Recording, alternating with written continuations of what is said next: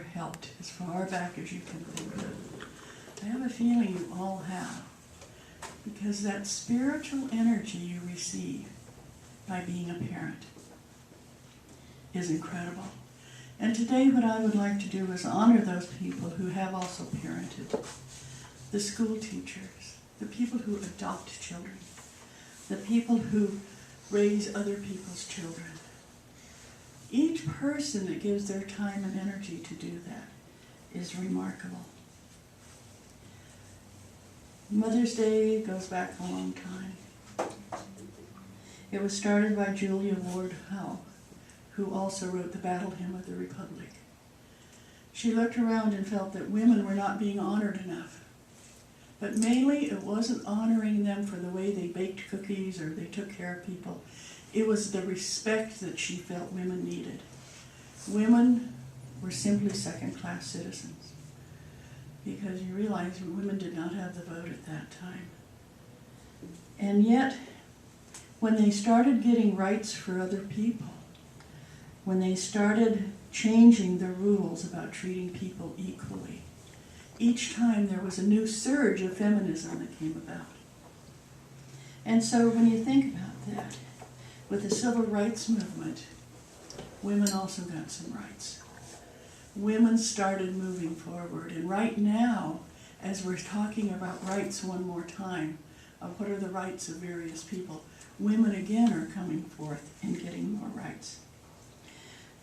At some point, women decided that when the Constitution said men, it should also mean women. That we are all equal. And that respect that Julia Howe was looking for became Mother's Day, because she was convinced that we as mothers should be honored, but mainly that men said women couldn't do so many things because they had to raise the children.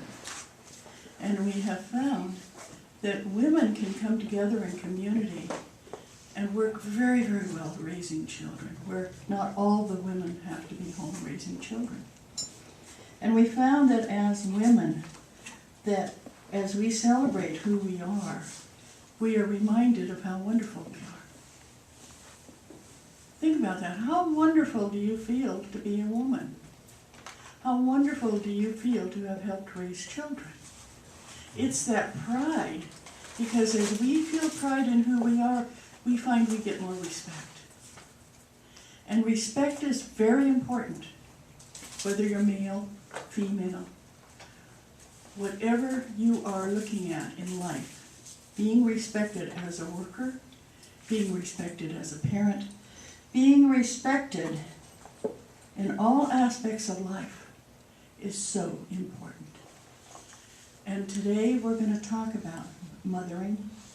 I'm sharing the podium with Reverend April and also Reverend Ayleen, who are mothers, who are women who have raised children through various difficulties, that have something to say about their mothering, the Divine Mother, and what it means to be a parent.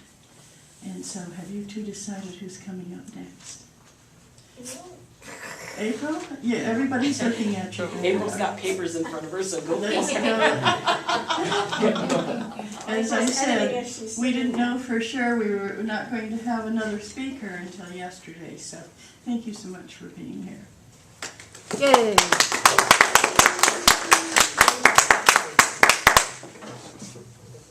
Oh. Well, it's always an honor to share my passion. Figure this out. Okay. So Dottie mentioned about Julia Ward, but actually Mother's Day has a very, very long history. The earliest documented in a formal way would have been in ancient Rome and Greece, where they would celebrate certain goddesses at springtime. And it was related to the mothers of the deities of those belief systems. But it goes way back further than that. It goes back to 200,000 years before the Christian era. So we're talking about Cro-Magnon and Neanderthal times. At that time, there wasn't a real understanding about sex, but there was a tremendous impressive movement by the humans to notice how a woman could just swell up and give birth, and how amazing that was. It was a mystery to them. So honoring birthing and mothering has been as long as humans' existence. It just has taken different forms and different appearances.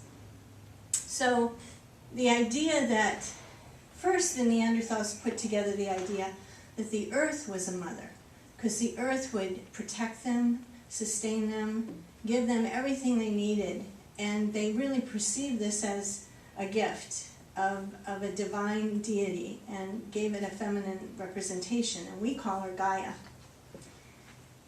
It was also at the time the primal people connected the idea that, oh, if the earth arises, life arises from her, she sustains us, she protects us, well, that also is what a mother does. So there was this analogy that the goddess, the divine goddess of earth was also represented in each woman. So women had a place of honoring and mysticism way back then. They didn't understand necessarily why birth happened. They actually made up their own kind of concept. They thought that the male's role was to open the womb, but that the conception of the baby was between the mother and the spirit world. So just as Gaia every year would go through this cyclical process, so does the mother. So really recognizing and honoring, and on the walls of caves and statues, this idea of birthing and big voluptuous breasts that could sustain a tribe is seen, were represented and honored. I didn't bring my statue of Willendorf, but she's got these lovely big bosoms. And the understanding was that the tribe would survive because she could sustain us all.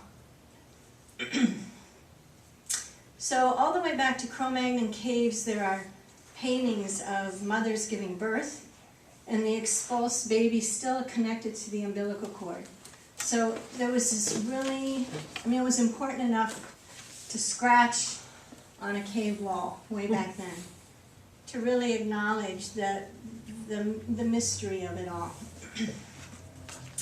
So, and the other thing about birth, it's pretty profound and it really gets lost in the shuffle, is every single woman, when she goes into labor, she's facing death.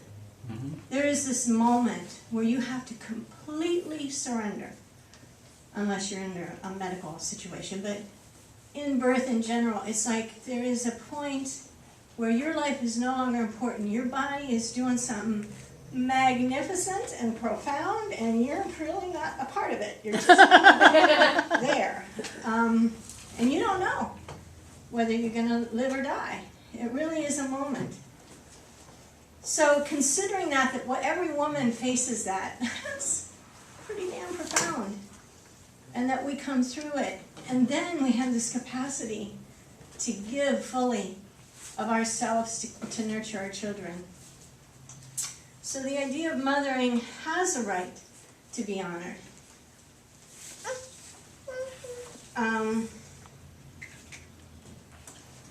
So mothering and the goddess were the first expressions of the goddess. The goddess has many aspects. There's the maiden, the mother, I believe the queen fits in there, and the crone. And the mother aspect was the first one that was acknowledged because of her birthing capacity. And then we move forward to late Egyptian times, and good mothering was honored by the goddesses being represented as different animal figures: the lioness, the cow, the hippopotamus, the wild vulture, the cobra, the scorpion, and the cat, all because they were good mothers. So they had images of women with different aspects of the images of the animals in their statues to really acknowledge this is good mothering. And they became divine deities. There was also an acknowledgement of the life-giving primordial waters of the sun and the night sky and earth, all as divine feminine goddesses. So a mother goddess is the embodiment of the universal law and the divine source of life itself. She is the nurturer of all creation. She is the joy in every moment. She is the balance of natural rhythm, of living, of life and nature, bringing us sanity and wholeness. When we get out of balance, we lose our capacity to be in wholeness and sane. Mother Goddess aspect is summer and the ripening of all things. She is the recreation of life both in plant, human, and animal. She is the high point of every cycle. So the moon cycle, when she's full, that would be the mother aspect.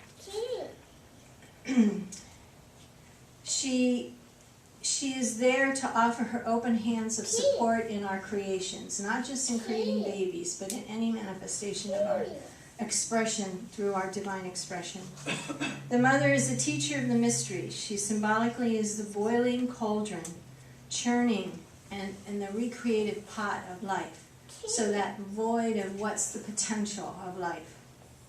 Her color is red, that of the blood and the life force. She teaches us responsibility, self-discipline, patience, and enthusiasm for life. She is compassion and unconditional love.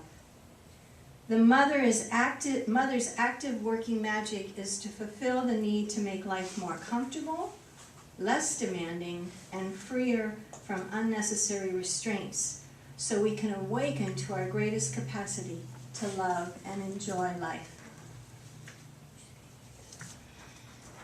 So the mother aspect is most familiar in all cultures around the world. She comes in many forms and variations according to all the different cultures. They've got different names. There's Ishtar, there's Kuan Yin. You know, you can bounce around the whole globe and find different mother goddesses. The mother goddess is the fullness of life, the creatrix and the wheel turner of the seasons, the divine receptacle of all knowledge. Sometimes she's called Mother Earth, sometimes she's called Sky Mother. She's the divine teacher in the center of the spiritual labyrinth, the one who initiates true seekers into the deep mysteries. She does not run before us like the young maiden. She walks beside us, hand in hand, whispering guidance, revelations, and prophecies. Her knowledge is the treasure of the inner maze. She is the guardian of treasures, the empress of the inner and outer worlds, and the priestess of all things spiritual. She is the way shower to the divine center where we find our spiritual treasures. She asks of us to do no harm to ourselves or others, just like every mother who pains when her children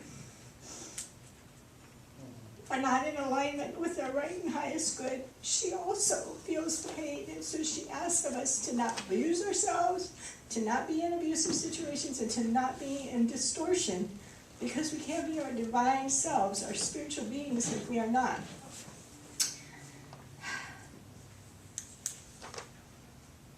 So it's only in recent human history, for the last, I believe I had it written down somewhere, but now my eyes are tearing and I can't read my words.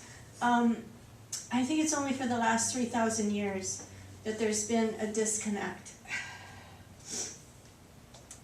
That, it's 6,000 years, that honoring women's mysteries have been diminished. Slowly over time, the reverence of her and her ability to bleed cyclically and not die, to face death through birth, and to have her breast swell with life-giving blood to sustain and nurture her children has weakened. It's not gone, it's weakened. But still today, some of us truly know and honor that the Mother Goddess is alive and well in every woman, whether she knows it or not, and that her magic is afoot. Thank you.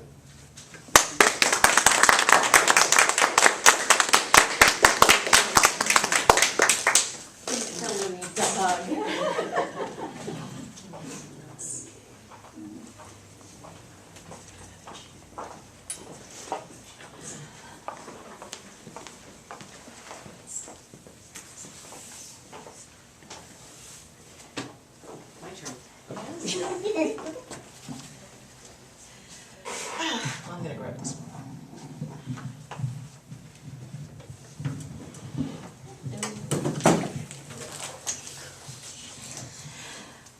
When I was young, I concerned my mother for a multiple of reasons. But it was odd that, and I didn't find this out until much later, that she said the reason she was most concerned about me was that when I was little, and she would say, well, you know, she'd ask my older brother, well, what do you want to be when you grow up? And he'd say, well, you know, and I'm going to be a general, and I'm going to be, we were raised military, so of course, you know, my brothers were, I'm going to be a general. And, you know, my younger brother, he was going to be an admiral because he wanted to go into the Navy. And my sister, she said that she wanted to be, you know, she was going to be a teacher. And she was going to, you know, go and teach. And my mom would ask me, and I'd say, I want to be a mommy. And that concerned her. She thought somehow I lacked, you know, the belief that I could be more. And when, you know, I was all grown and, you know, she was older, she brought this up with me.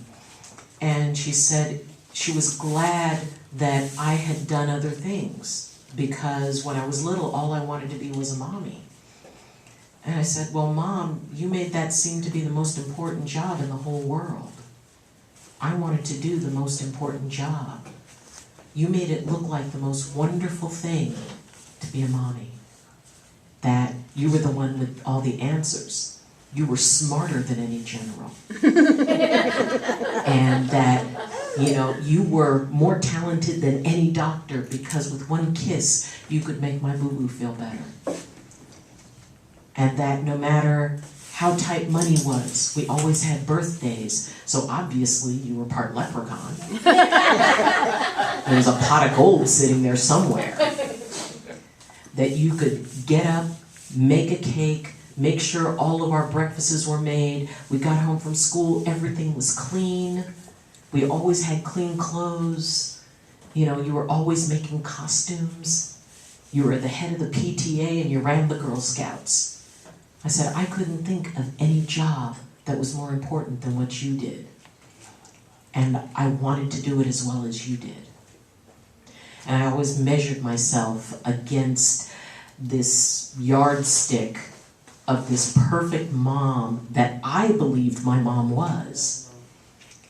And she said, I am so sorry. And I said, why? And she said, because every single day I was scared. I wasn't sure what to do. My mother's mother had died when she was 14. And it wasn't until right before, almost as my mom was passing, that she began to unburden herself. The night that her mother passed, my mother, 14, was going to a party, and there was a very special young man that she wanted to go and meet, and she had figured out what she was going to wear, and she pressed her hair and was looking awesome. And then her mom wasn't feeling well. Her mom had been sick for a long time, but it reached the point where she had to go to the hospital. Well, because she had to go to the hospital, my mom had to stay home from the party and watch her brothers. And my mom was upset. She was hurt, as any 14-year-old girl would be. And as her mother was leaving, my mom said, she whispered, I hope you never come back. Ooh. And her mother died in the hospital. Ouch. From the age of 14 to 70, when she died, she carried the guilt that she had killed her mother. And so because of that, and that her mother died when she was in her 40s, my mother was actually convinced that she would also pass in her 40s. So she said, I had to do everything that I could do. I had to be the best mom, because I thought that my punishment was going to be that I would die at the same age. And it's amazing, you know, the stories that we create that take root, and that she spent her whole life carrying that, and she didn't, and I was very honored that she shared that with me, you know, at the end. Because in a way, our roles had reversed. I had become the mother for my mother. She was very sick, and the cancer took a very hard toll on her. And for me to have a chance to give back to my mother what I felt she had given me, that was just amazing. It was very special. As a mother, I realized the strength of two things. My mother told me that as soon as she found out that I was pregnant the first time, she said, there's two things I want you to tell yourself every single day. And I said, what's that? She said, first, they grow and they go. And I said, okay. So what's the second one? And she said, God didn't give you this child. God only loaned this child to you. And I kept my promise. Every single day, like a mantra, I would say that. And then it reached the point where the power of those words started kicking in. When, they hit their teens and became independent and suddenly didn't want me to touch them in public. And, the opinions of others mattered more than mine. It was like, oh my God, you used to think I hung the moon, and now you roll your eyes and don't think that just because your back is turned, I don't know you're rolling your eyes. It's like, Mom, how do you know? It's like, oh, I can see it in the back of your head. And then I learned, because there's that first part of being a mother, when, they say, gee, why is the sky blue? If it were green, you wouldn't know where to stop mowing the lawn. You had to come up with answers. Oh my gosh. And making costumes and all of that stuff. And having a grubby little hand with a little muddy flower being held out to you. And looking at a macaroni necklace like it's the most beautiful thing in the world. That's the first part. And then there's the second part. When they begin to have the independence that you want them to have. It's like, oh my God, if only this child could start walking and talking. Oh, great, this would be wonderful. Yeah. That just created a whole new set of... Within like a month of my son walking, I was like, God, if I could just put you in one place and know you're going to be there in 10 minutes, that would be great. And the word no comes out. No, no.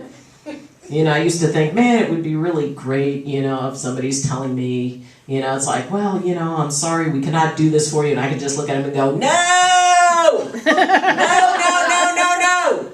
And then get what I want. Well, I guess we are going to sign that loan for you. No problem. And yet, it's what we work towards. We want them to be able to step up into who they are. And fortunately, unfortunately, whatever, sometimes that person that they become isn't exactly what we envisioned for them. And yet we deal with it because they grow and they go, and God only loaned them to us. And then we see them the first time their heart is broken. We see them the first time they really fail at something. And you wish more than anything else that you could take that pain away, and you can't. And all you can do is hold them as they cry. Or when they're sick and you have to be there for them. And you're tired. And it doesn't matter because they need you.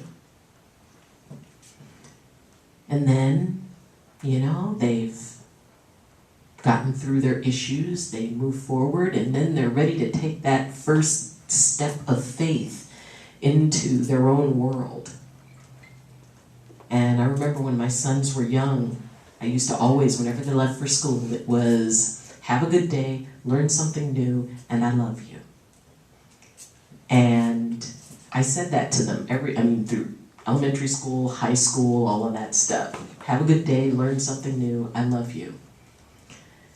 Then one day my youngest son told me that he decided he was moving to New Mexico because his online girlfriend lived there.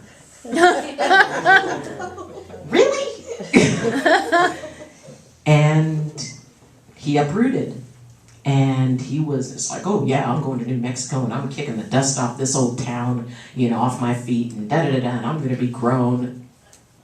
So I arranged a package for him that had an air mattress, it had, like staples for him, toilet paper and all of that stuff. Well, he arrived in New Mexico, but the package did not. It ended up being held at the place. And I got a call from my grown son saying he was lonely. And he was in his apartment, but it was dark. And he didn't have a place to sleep. And he was scared. And maybe he made a mistake, and he was homesick, and he missed me. And I'm telling him, you know what? I said, the package will arrive tomorrow. I said, it's not like, I said, remember Scouts, you've slept on hard surfaces before. And, you've got some money on you. I said, I'm sure there's some place open nearby, and maybe there'll be some nice people there. I said, this is just the space that you go through. I said, sweetie, you didn't make the wrong decision. You're stepping up into your own life. And as I'm talking to him, tears are streaming down my face. Because on the inside, I think, my baby doesn't have a bed. My baby's lonely. I can't be there to make it better. And just as I'm telling him with all the enthusiasm I can muster, and I said, you feeling better now? Yeah, I'm feeling better. I think I'm going to go, because I did see a McDonald's, and I'm going to go down there and check it out. Thanks, Mom. Thanks. And I put down the phone and sobbed. Because I realized the part of they grow and they go, he was gone. And even coming back, that relationship changes. And yes, he still called me up when he was like, Mom, I'm at the grocery store, where's the vapor rub? I'm supposed to know where the vapor rub is. Like, okay, go down to the kids aisle, usually it's on that. Look over to the side, okay, here it is. Where's that soup you get me? Okay, sweetie, just walk around here, go to that end, da-da-da-da. So yeah, I still, it's like, yay, I'm still needed. Another thing my mother told me was that at some point you have to give up being a manager and become a consultant. A consultant means you offer an opinion when you're asked for one. Managers just come in and state. That does not work after a while. And they go, well, you're not the boss of me. Since when? Someone once told me, you never take advice from anybody who has not purchased their own toilet paper. It's like, I could drive you out somewhere and leave you there and you'd never find your way home. Don't tell me how grown you are. My oldest son, when he was 14, informed me that he knew what life was all about. Oh boy. And I go, really? I said, sweetie, I want you to write that down. I want you to seal it in an envelope, and I want you to open it when you're 30. Let's see how good you feel about those words right about. I know what life's all about, Mom. Really? So, you move through all that. Then you reach the point where maybe, I haven't gotten there, where your kids become kids. Maybe they parent the way you did, maybe they don't. And watching what my mother went through, watching us parent, it's like, wow, really? This job is nowhere near as easy as I thought it was going to be, Mom.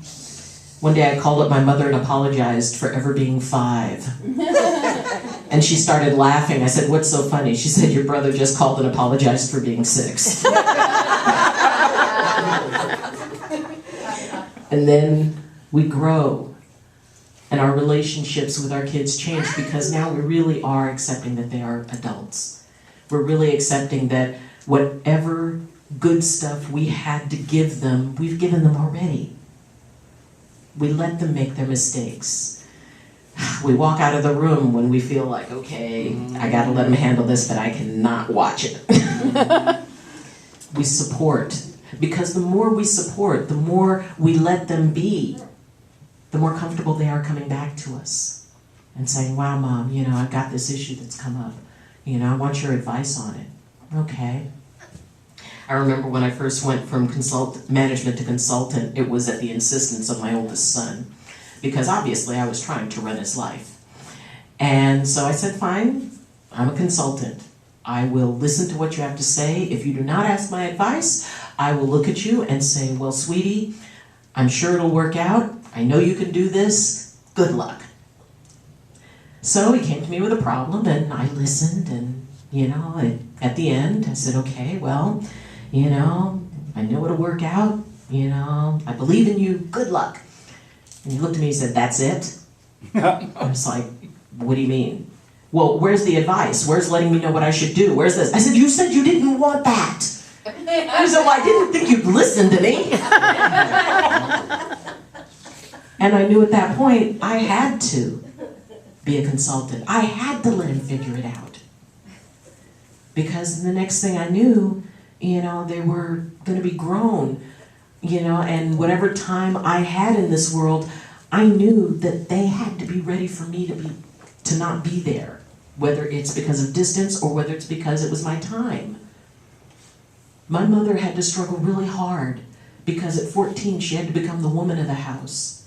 Her dad brought home a chicken, a live chicken, and handed it to her and says, well, make dinner. She had watched her mother kill a chicken, but she had never done it. But she had to figure it out. Then her dad ended up taking off and the house was foreclosed on. And she was watching as all their stuff was being moved out to the street, and she was the one everybody was talking to. It's tough when you suddenly have to become the mom. When my mom became very sick, and it ended up affecting her mind, and I had to say, Mom, you can't do that. Mom, you can't cook. It's like, it was like having a toddler again. I'd come in and there's paper towels on the stove and the thing is running. It's like, Mom, she set the microwave on fire because she decided to cook a baked potato for an hour and a half. Whoa. And yes, it will ignite. And then I had to take her car keys away because she wasn't able to drive safely. And I had to become the mother. And there was a part of me that was saying, no, she's the mom. She's mom, and she's supposed to be in charge, and she's supposed to be able to do this stuff. And she couldn't. And when you reach that point where you have to become the mom, and then you have to get up, and it's the sleepless nights, and it's taking care of things and explaining things to them. No, sweetie, you can't, we can't do this. You can't go home right now because you have to stay here so they can take care of you. She was in the hospice at that point. And I had to get her to trust me. And I said, Mom, I love you and I will always respect you. And you need to trust me when you can't trust yourself. And she admitted that.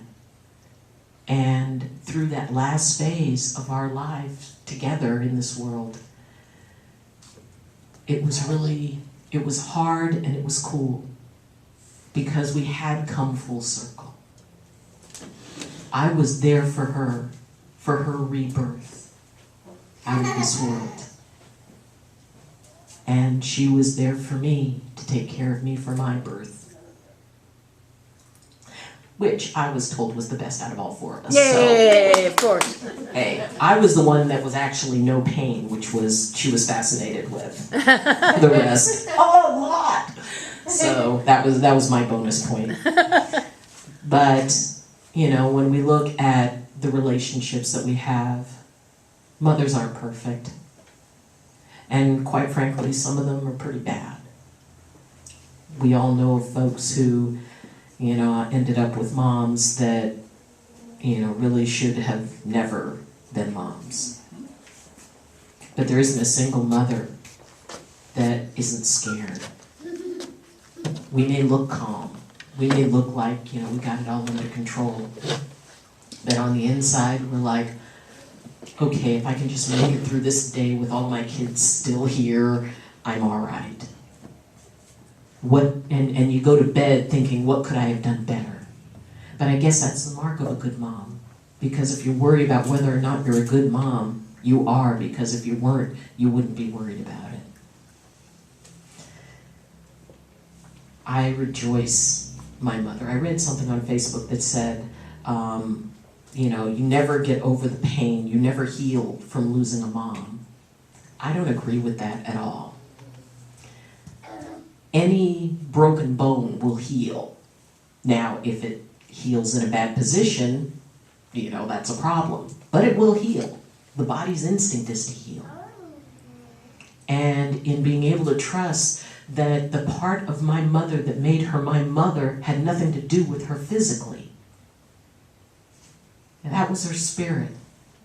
Her spirit still is with me. Her spirit, when I talk about the council in my head and all those seats, my mom and dad have a seat there.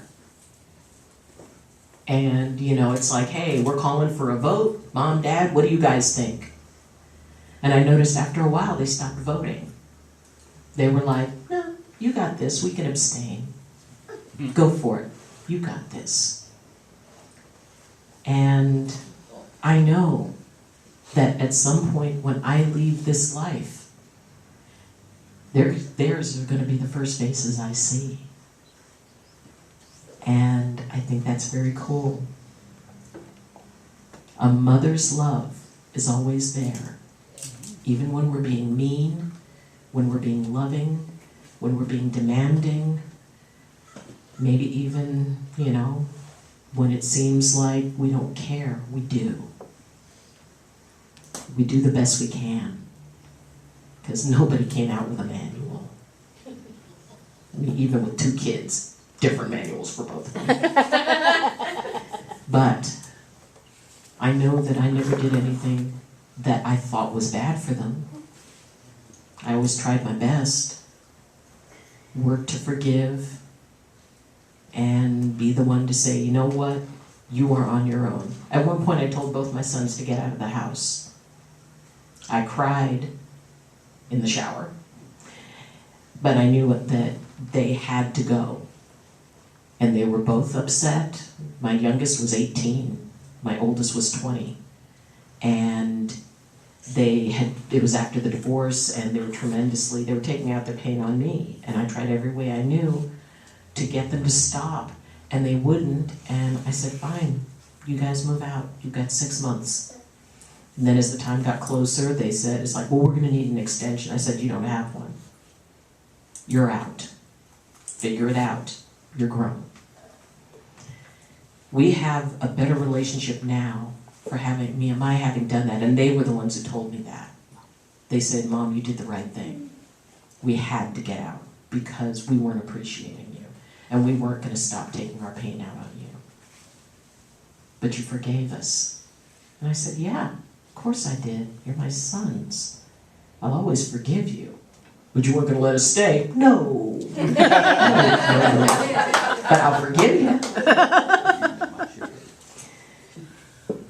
So for all those who ever dealt with giving beyond your own energy and found energy anyway, for those of you who held a child when they cried and told them it would be all right, for those of you who did without so someone else could have, for those of you who made a difference in the life of a child or your own parent, I wish you all a happy Mother's Day.